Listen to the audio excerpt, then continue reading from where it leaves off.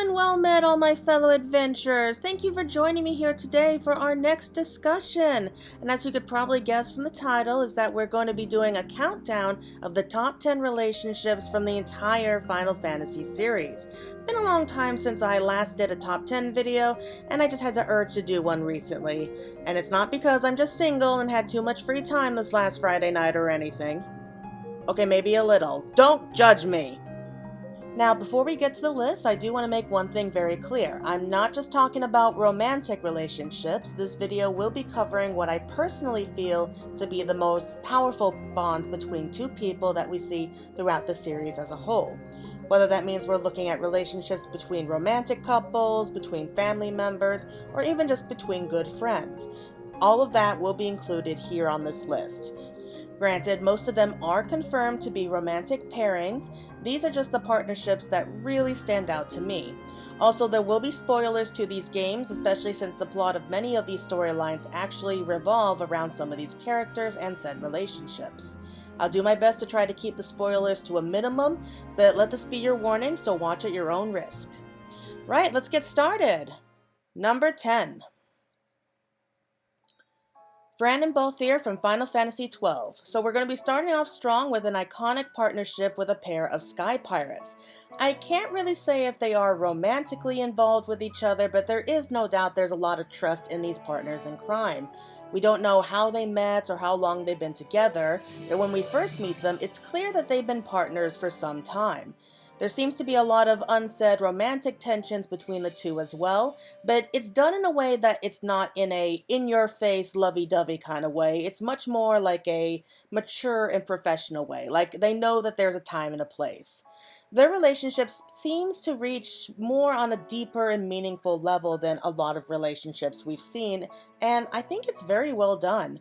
Fran stands by Balthier even when he's facing off against ghosts from his past, and it's clear that she knows exactly what it is that he's running from and why. The fact that she is aware of such secrets already shows that there's a lot of trust between these two because his past is not something that he would share with just anyone. He doesn't even like to talk about it. But she doesn't question him, doesn't judge him, rather she's the silent support figure, ready to lend a listening ear if he needed to talk to someone. Likewise, Balthier has a lot of respect for Fran. He always takes what she says seriously, and he trusts in both her judgment and skills without question. He's also the first one to jump to her defense, especially in the way that Vaughn is unknowingly insulting her. They never come right out and say that they are involved with each other, but there's just a lot of strong hints that they have unwavering faith and support in the other, which I find to be a very healthy and unique kind of partnership.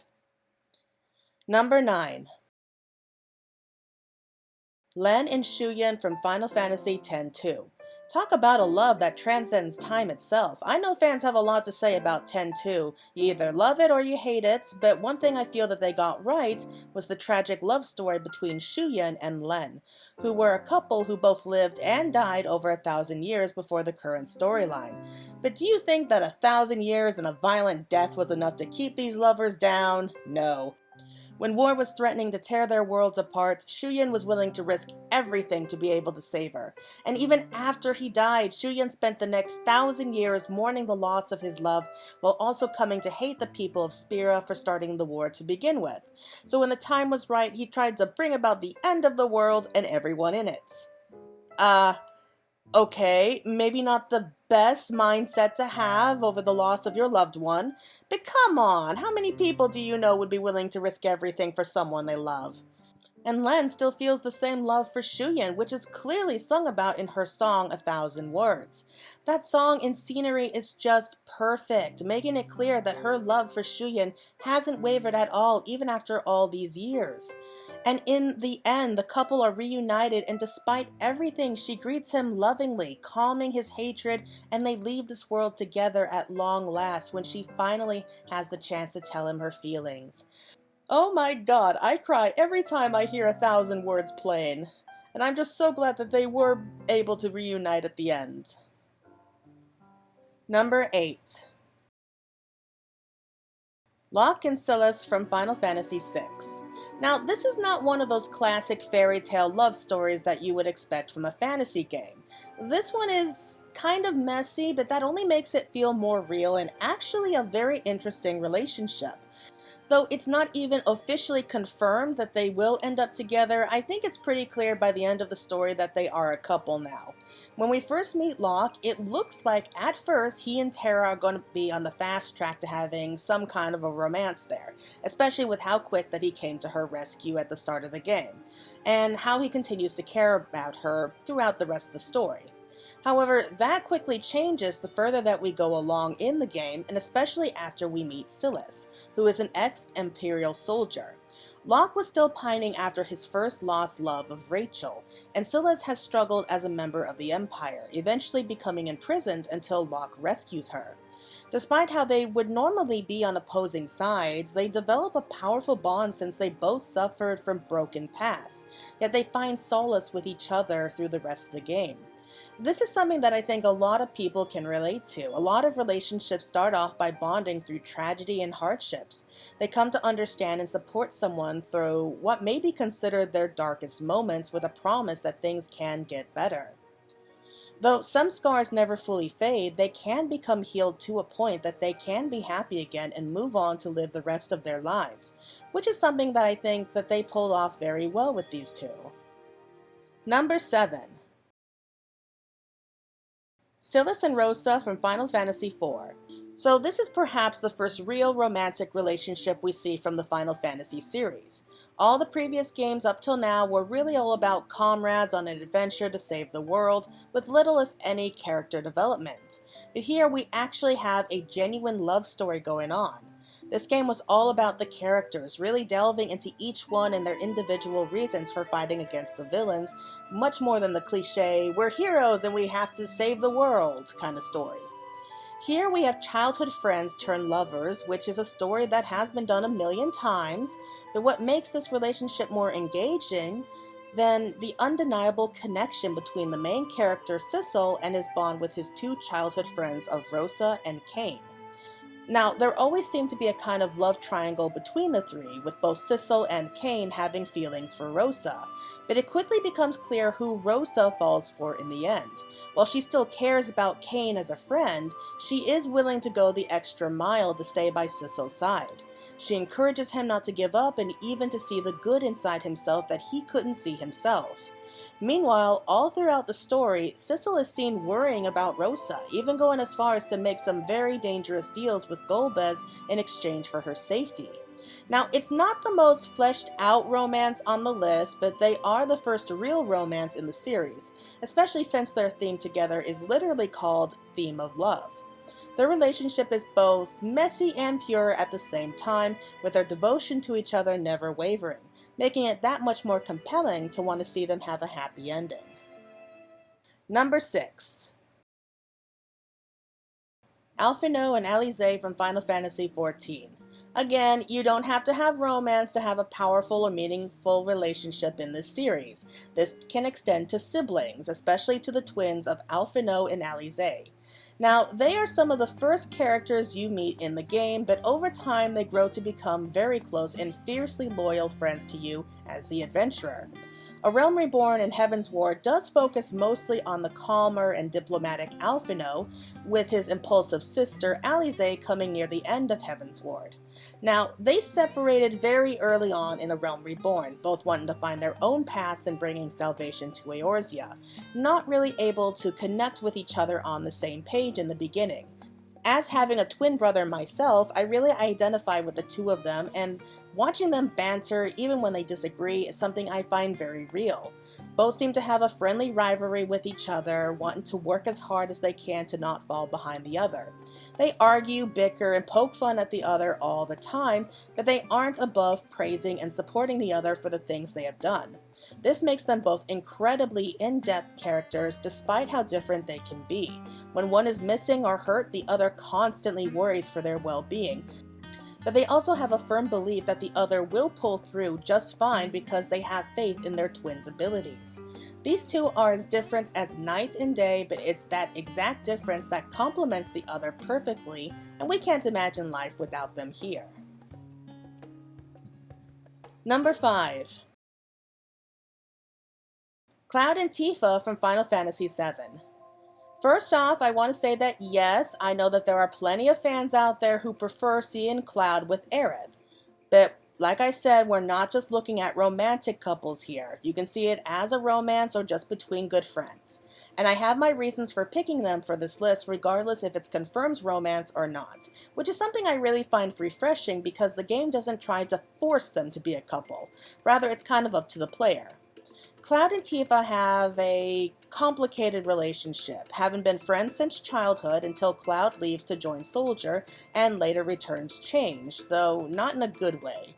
Tifa goes to great lengths to care for Cloud, especially after he was subjected to intense Mako poisoning within the livestream, which left him temporarily paralyzed and kind of in a coma-like state. It was Tifa who stayed to care for him while the rest of the party headed off to confront Shinra. And it was Tifa who later was able to enter his mind thanks to the livestream's effects and help him piece the memories together and to heal from the experiments of the Genova project. Maybe Cloud and Aerith could have ended up together, but personally I feel that the bond that Tifa and Cloud have is stronger, whether it's romance or not. They both lost pretty much everyone in their lives save for each other, and as such, they will not hesitate to rush to the other's aid no matter how dangerous. Cloud is eventually able to move on from his traumas thanks in no small part to Tifa, and Tifa knows that Cloud will always be there to protect her should she need it, which shows a very powerful connection that a lot of people don't have. Their journey wasn't about falling in love or finding your soulmate or anything, but rather discovering real love, created through trust and experience and knowing that in the end, no matter how much things change, you will always have each other's back. Number 4. Squall and Riona from Final Fantasy VIII. Now, everyone has heard of the saying, opposites attract, right? And no one can resist the odd couple, especially comparing the lone wolf Squall with his bubbly and extrovert Riona.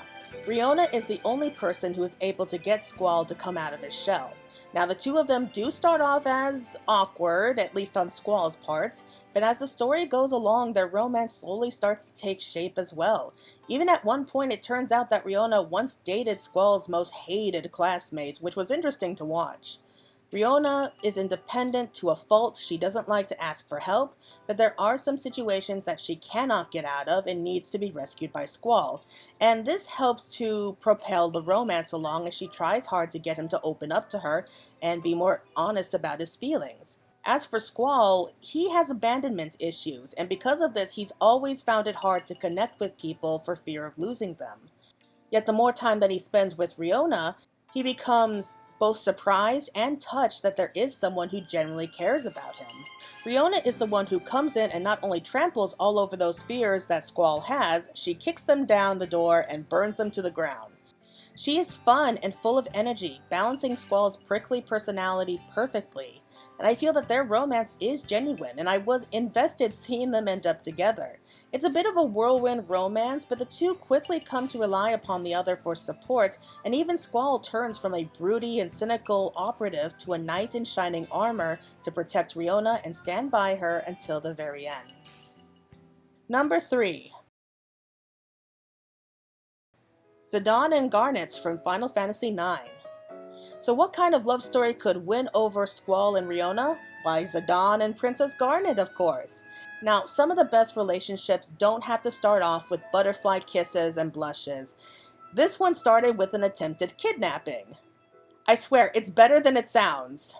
Zidane was tasked with stealing Garnet away from the palace by family members for her own safety, but it turns out that Garnet was already in the process of running away herself.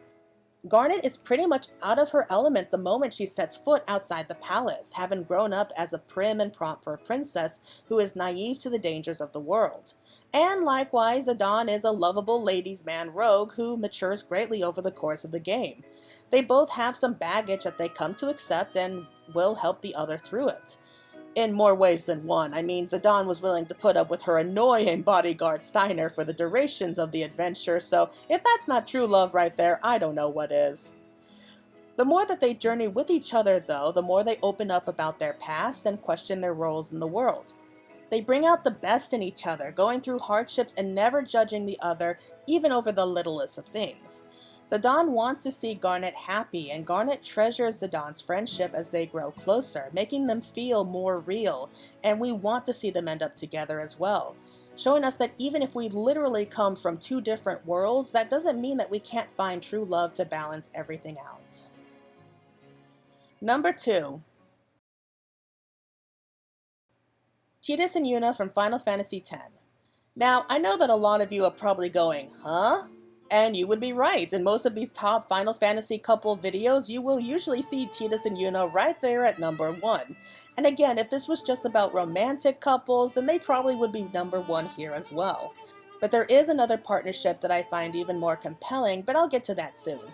Despite some awkward moments bordering along cringy, Tidus and Yuna's relationship is perhaps the most fully realized in the entire series, and it's because that these two have a chemistry that we see right away that is undeniable.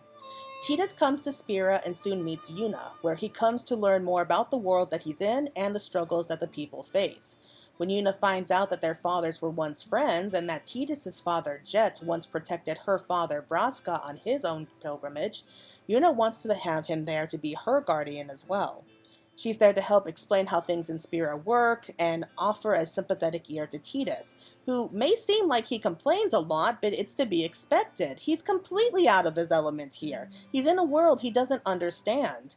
In return, he cheers Yuna up, giving her reasons to smile and laugh, helping to support and protect her in any way he can as they continue on their journey. Some of the best moments in the game are when it's just the two of them together, especially as their feelings quickly grow undeniable that even the other party members are trying to push them together. They are hopelessly star-crossed, and as they grow to wonder if their relationship could even work out, they instead push forward to try and save this world, while still savoring their time together and helping to carry each other's burdens.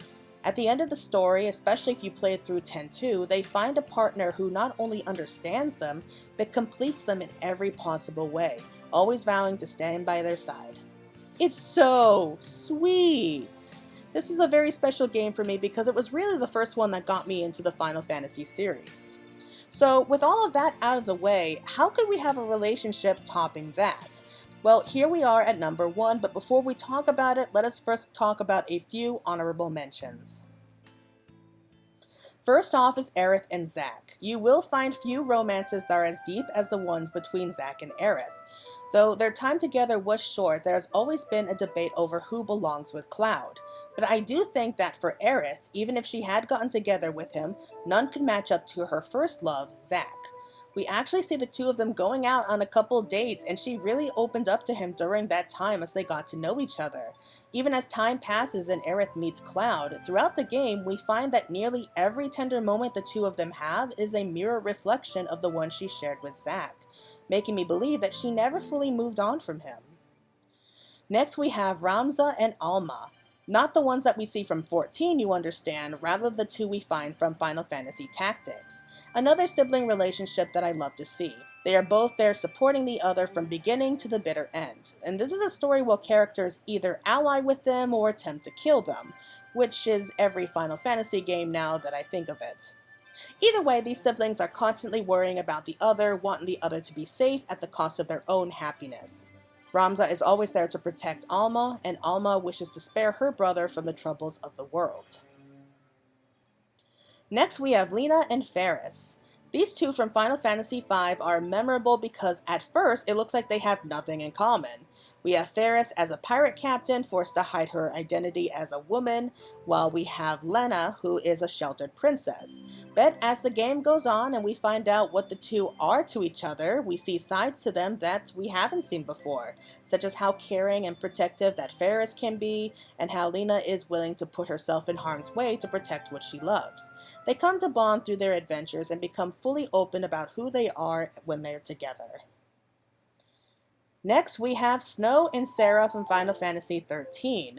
Oh boy, where do I start with these two? There are plenty out there who don't like Snow and think that he's a bad boyfriend, but My God, the faith that he has always held in Sarah was something one of a kind.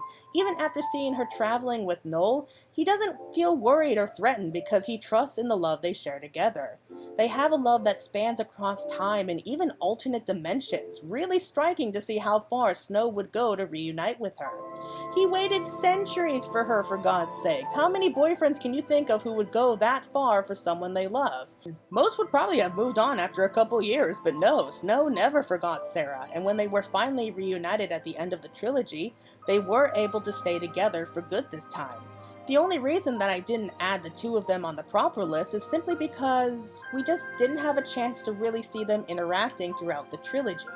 There are some cute, sweet moments the two of them share together, but for most of the three games, they are separated, and we really don't get to see them interacting nearly as much as I think they should have.